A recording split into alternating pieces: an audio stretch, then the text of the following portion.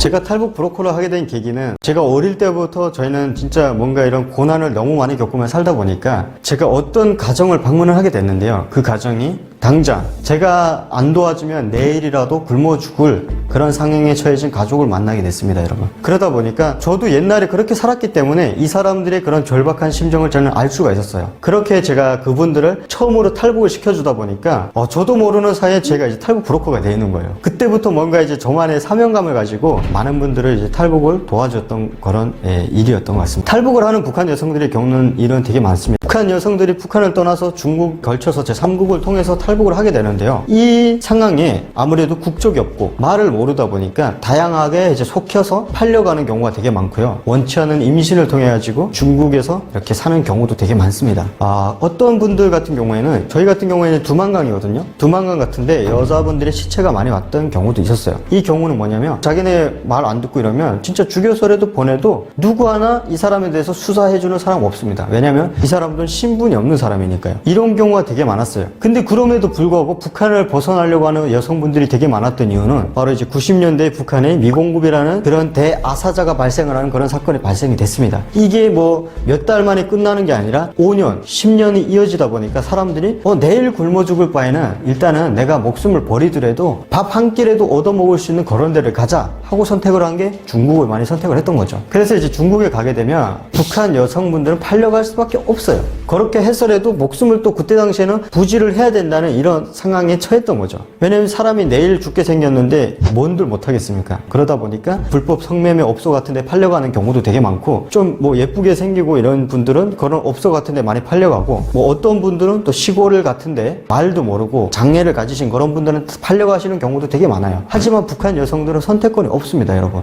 왜냐? 신분이 없고 국적이 없기 때문인 거죠. 그래서 옛날 같은 경우에 이런 경우도 있었어요. 그러니까 뭐 내일 당장 내가 이제 굶어 죽을 바에는 중국을 가야 되겠다 생각하신 분들이 계시잖아요. 근데 특히 그때 당시에는 뭐 90년도 이때는 한국에 대해서 생각을 많이 못할 때예요. 뭐 한국이라고 이제 하면 바로 이제 적대 국가로 해서 한국이란 말만 나와도 북한에서는 바로 총살이 이루어지던 시대다 보니까 한국은 생각을 거의 못하고 그냥 중국에 가서 내가 돈을 벌어서 가족한테 나와야지, 아니면 내가 중국 가서 먹을 걸 얻어가지고 나와야지, 이런 생각에 많이 탈북을 했어요. 그러다 보니까 그렇게 넘어갔는데 야, 너 북한에서 왔는데 내가 신고하면 넌 잡혀나가면 북송되면 너는 교화소에서 죽을 수도 있어, 내 말을 잘 들으면 너는 살려줄 수도 있어, 이렇게 이제 유혹을 하는 거죠.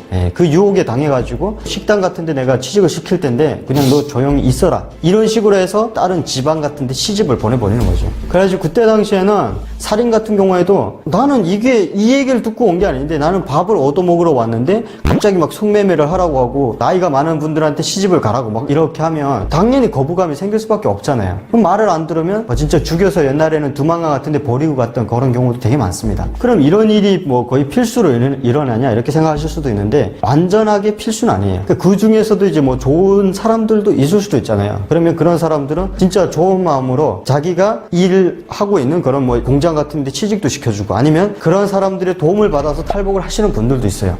너가 한국에 대해서 몰랐는데 바로 한국이라는 나라에 가게 되면 너네 한민족이잖아, 거기 가면 너네 대우도 잘 해주고 너네 살 수 있는 그런 길을 열어줘, 이렇게 좋은 마음을 먹고 탈북을 시켜주는 분들도 있었어요. 그러니까 이거는 국소수긴 한데 그때 당시 이런 일들이 되게 많았다, 이렇게 말씀을 드릴 수가 있고요. 또 어떤 여자분들은 나를 팔아달라고 그런 인신매매 범들한테 가는 경우도 있어요. 왜냐면 이런 거죠. 어차피 내일 굶어 죽게 생겼고 가족이 다 같이 죽어야 되니까 그냥 나 혼자 희생을 해서 중국에 가서 내가 그냥 팔려가서라도 돈을 벌어서 가족한테 돈을 보내야지, 이런 생각을 하신 여성분들도 있었어요. 그럼 이 여성분들은 아예 이제 북한 인신매매 범한테 대놓고 얘기를 하는 거죠. 나 중국에 갈 테니까 날 팔아라, 이렇게. 그런 사람을 통해서 간다고 할 때는 솔직히 탈북민들 거의 한 7, 80%는 팔려가는 걸 알고 오는 거예요, 사실은.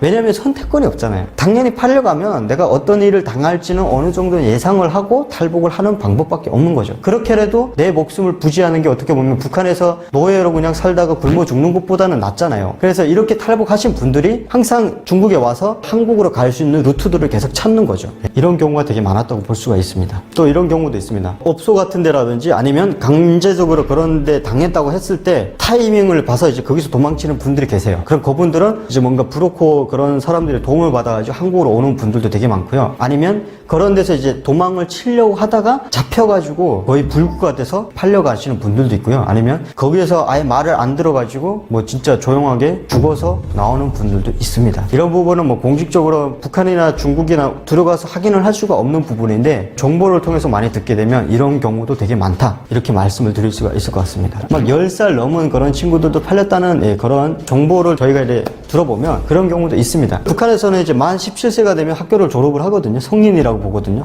그때 당시에 넘어와서 뭐 이제 시골 같은데 막 팔려서 1년 만에 임신을 해서 애를 낳는 경우도 되게 많고요. 다 무조건 필수로 임신을 해야 되는 이유가 있어요. 애를 낳으면 그래도 너가 도망은 못 가겠지. 생판 모르는 사람이랑 결혼을 해야 돼요. 그것도 말도 안 통해요. 그 사랑이 나올 수가 없잖아요. 이건 사랑이 아니잖아요. 그러다 보니까 임신을 일단 빨리 시켜가지고 애라도 넣으면 네 자식 있으면 네가 도망은 못 가겠지. 이런 생각 때문에 필수로 거의 임신을 할 수밖에 없는 그런 상황이 북한 여성들이 많이 처해져 있는 거죠. 이 2000년대 이제 뭔가 딱 거기 가면 진짜 이게 나쁜 놈들인 게 뭐냐면 거기 가면 일단 사람의 등급에 따라서 이 사람이 어디를 가야 될지가 정해져 있어요. 그러면 만약에 인신매매를 당했다고 하면 그 여성분들이 그분만 한 분만 있는 게 아니에요. 거의 뭐 한 10명, 20명 있어요. 그러면 거기서 뭐 진짜 뭐 예쁘게 생기고 키도 되게 크고 막 이런 분들은 당연히 이제 성매매 업소라든지 최근에는 이제 컴퓨터 연애라는 게 있었댔어요. 그래서 그게 뭐 법방 BJ 같은 건데 그런데 이제 팔려가는 거죠. 나이가 좀 있으시고 좀 이런 분들은 이제 시골 같은 데 팔려가고 결혼으로. 그래서 여기서 부류가 이제 갈리는 거죠. 그런데 팔려가는 것도 이제 뭔가 단가가 다 있다고 하더라고요.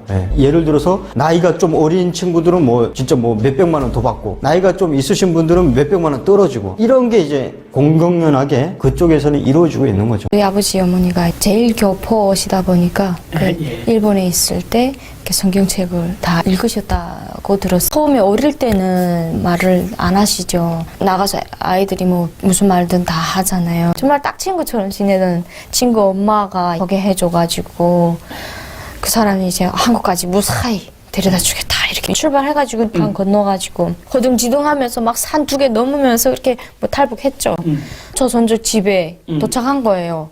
냉면 먹이고 우리를 차에 태워서 떠나 보내더라고요. 그 집에 간 거죠. 하는 집이죠. 그러니까, 여자들 전문 뭐 하다가 그 집에 가가지고 개도 완전 호랑이 같은 개 매놓고 있고 부모들이랑 연락이 다 끊기고 하니까 뭐 허벌판에 있다고 할까 뭐 망망대해에 있다고 할까 이제부터는 정말 하늘의 내 운명을 맡겨야 돼. 팔려가는 게 낫다. 오히려 너가 팔려가지 않겠다 말 잘 안 들으면 몸 파는 데 갈 수도 있고 그 뭐야 뺏겨놓고 막 사진 찍고 데 데려갈 수도 있고 그거보다 오히려 착한 남자 만나서 차라리 거기서 어떻게 하든 그 사람이랑 잘 안정돼서 살든 거기서 도망치든 한국으로 가도 되지 않냐 그렇게 얘기를 하는 거예요. 그냥 내가 붙잡히지 않고 북송되지 않고 목숨이 붙어있는 것만 해도 감사하다 이거였어요. 내 모습이 아니고 모든 것에서 버리면 야 진짜 뭐 살긴 사는데 목숨만 붙어있는 거죠. 진짜 모순처럼 일을 했어요.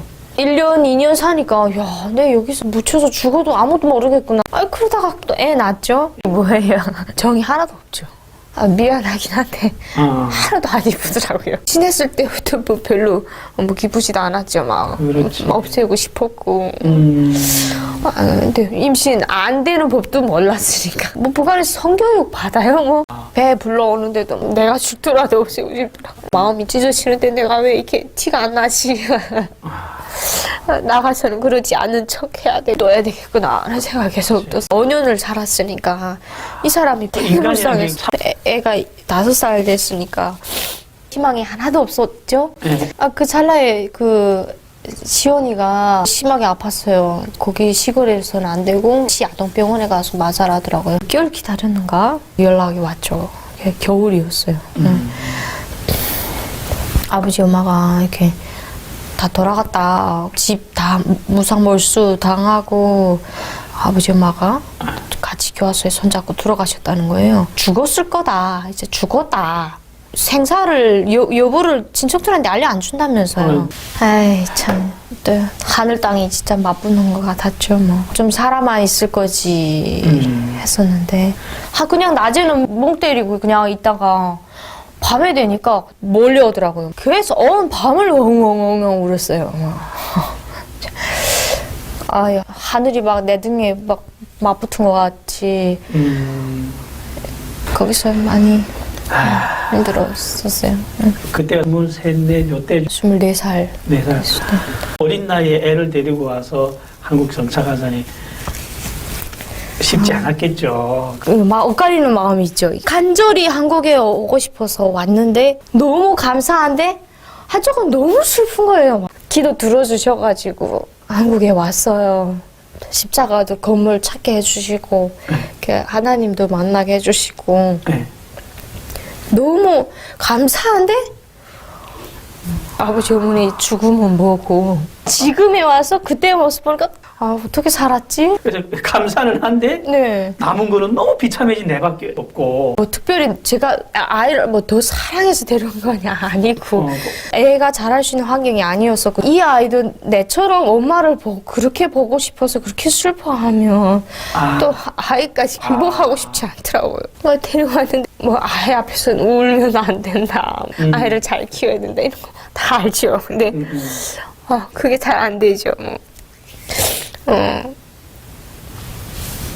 한국에서 이렇게 기본적인 신앙인이 틀이 있잖아요. 가서 그냥 설교 들으면 저도 모르게 그냥 수르륵 계속 눈물 나고 마음의 고통을 육체로 풀고 싶더라고요. 그런 생각할 틈이 없이 밤에도 몸은 너무 힘든데 잠이 안 와가지고 내가 이러다가 혼자서 어디 미쳐 놀던가 아니면 아파트에서 뛰어내리던가 뭐 애도 모르게 내가 죽을 수도 있겠다 이런 생각이 들어가지고 그래서 제가 신앙에 더 깊이 빠져들지 빵가요 이는 들으지도 않고 찬송가 계속 틀어놓고 그다음 그 성경 계속 틀어놓고 네. 시편을 읽었었어요. 읽다가도 막 왕왕왕왕왕 울고 은혜라고 생각하죠. 나한테 점점 은혜가 임하는구나 하는데 한쪽엔 또 계속 생각나는 게 그 죄스러운 일이 중국에 있는 남자. 네, 그러면서 제가 새벽 기도를 하기 시작했어요. 5시에 어김없이 눈이 딱 떠지고 무릎이 딱 꿇어지고 기도를 하게 되더라고요. 네. 거의 1시, 2시에 자요. 버벅버벅 절면서도 거기 쭈그려 앉아서 자면서도 5시에 딱 일어나요. 며칠 기도하는 과정에 보좌에 계신 하나님이셨어요. 진짜. 하나님이 너그럽다고 하다고 할까요? 그런 모습으로 하나님이 괜찮다. 너가 그러니까 내가 아들을 보냈지 않니? 음성이 탁 들려오는 거예요. 하나님이 딱 나타나셔서 음성 들려주시니까 와 예수님의 고통이 나는 아무 잽도 안 되는구나. 예수님의 고통이 다 막 진짜 그 다음에 예수님께 너무 감사하면서 너무 기쁘고 예수님 너무 죄송해요. 예수님 죄송해요. 그러면서 그 다음에 옆에 분들의 상황이 보이기 시작하는 거예요.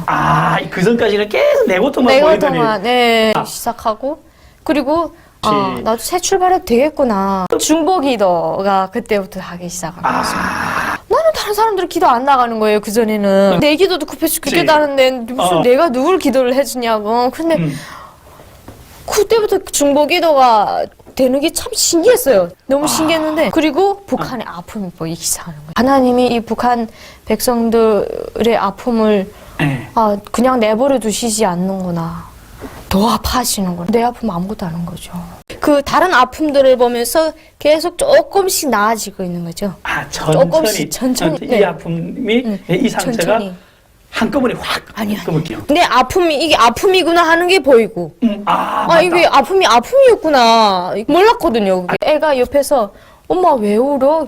애 앞에서 울지 말라고 계속 옆에서 오는데 안 울게 되나요? 시도 때도 없이 계속 눈물이 그냥 눈구멍이 계속 열려 있는데 어떻게 해요? 이게 울고 싶어서 우는 게 아니라. 그렇지. 엄마 왜 자꾸 울어? 기도하면 왜 울어? 막 이렇게 그랬었거든요. 엄마도 모르겠어. 잘 모르겠어. 옛날에 느끼지 못했던 그런 것들이 느껴지지 않던가요? 그건 당연한 거죠. 기쁘고 그 끝에 소명이 생기더라고요. 제가 이렇게 자유로운 인생 시작됐잖아요. 그치. 어느 정도 자유로웠었냐면 애 내리고 소개팅 나갔었어요. 집사님이 저한테 자매님 바람난 거 아니에요? 하더라고요. 제가 또 뭐라 했는지 알아요? 저는 바람 나면 안 돼요? 나면 안 돼요? 아니 뭐 연애를 해봤나 북한에서 그 어린 나이에 연애하고 싶을 때 손을 잡아봤나 그렇다고 어쩌라고. 다른 남자들을 무슨 오빠 오빠 하면서 따라보는 적이 있나 그러지도 못했거든요. 사막에서 메마르게 살던 사람이 지금 오아시스에 왔으니까 물에도 뛰어들어가고 싶고 꽃밭에도 들어가고 싶고 이런 마음이잖아요. 그걸 누리니까 행복했어요. 그러니까 어느 선까지 좋은데 예, 행복하고 시도 때도 없이 이게 들어오는 거 있죠. 죄책감도 때도 없이 들어와요. 진짜 가장 큰 게 슬픔이더라고. 또 들고 와서 너 그렇게 행복해도 되니? 하는 식. 그 슬픔이 확 밀려올 때는 있잖아요. 그러니까 어머니가 교화소에서 돌아가신 거를 제가 태국에서 오면서 같이 있던 분을 통해서 알았어요. 진짜 뼈에 가죽 딱 씌워놓고 막 해고바가지처럼 그렇게 하고 있었댔대요. 어머니가 막 혼문 다 열리고 그게 계속 어머니 생각 계속 나고 하니까 너무 슬픈 거예요. 행복했다가도 예. 또 급 우울하고 네. 너무 슬프고 너 그렇게 행복해도 되니? 내가 이렇게 기뻐해도 되니? 하고 어머니를 구원하지 못했다. 내 꺼내지 못했다 하는 죄책감. 그리고 중국에 있는 남자 너 때문에 혈압이가 됐는데 그 죄의식, 네. 정죄 이렇게 계속 치는 거예요 밑바닥을. 야. 그러니까 올라갔다 또 확 네네. 떨어지고 사람이 그러니까 막 지랄 맞았다 하잖아요. 이해가 돼. 잘 있다가도 막 밥상 뒤집는다니까요. 시연이 말 안 듣는다고 막 밥상 뒤집고 있고. 그러니까 운동가 애한테 이렇게 가는 거지. 네. 어머니 생각을 어떻게 했는지 모르겠는데 자는데 글쎄 왕왕 울면서 깨는 거예요 제가.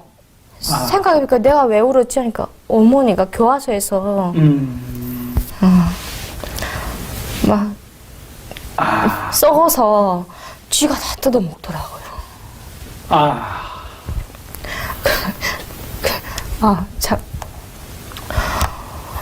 그거를 지금 눈앞에서 내가 보고 있는데 아무것도 못하는 거예요, 제가. 근데 이 사람이 돈으로 계산이 되고 팔린다는 게 이게 뭐 지금 시대에 이게 있을 만한 일이 아니잖아요. 탈북민 여성분들이 그런 일을 지금 당하고 있다는 겁니다. 그래서 우리가 이런 부분을 많이 알고 우리가 도와야 되는 부분이 아닐까 저는 이렇게 생각을 합니다. 그래서 아직까지도 많은 분들이 지금도 그런 일이 행해지고 있다는 거죠. 여러분들의 말 한마디가 외국에 살고 있는 탈북민들 그분들한테 큰 힘이 되고 응원이 된다는 걸 여러분들이 좀 알아주셨으면 감금되어 있는 일주일 동안 너무 울어서 눈물도 다 말라버렸습니다. 구루장 창으로 자유로 날아다니는 참새가 얼마나 부러웠던지.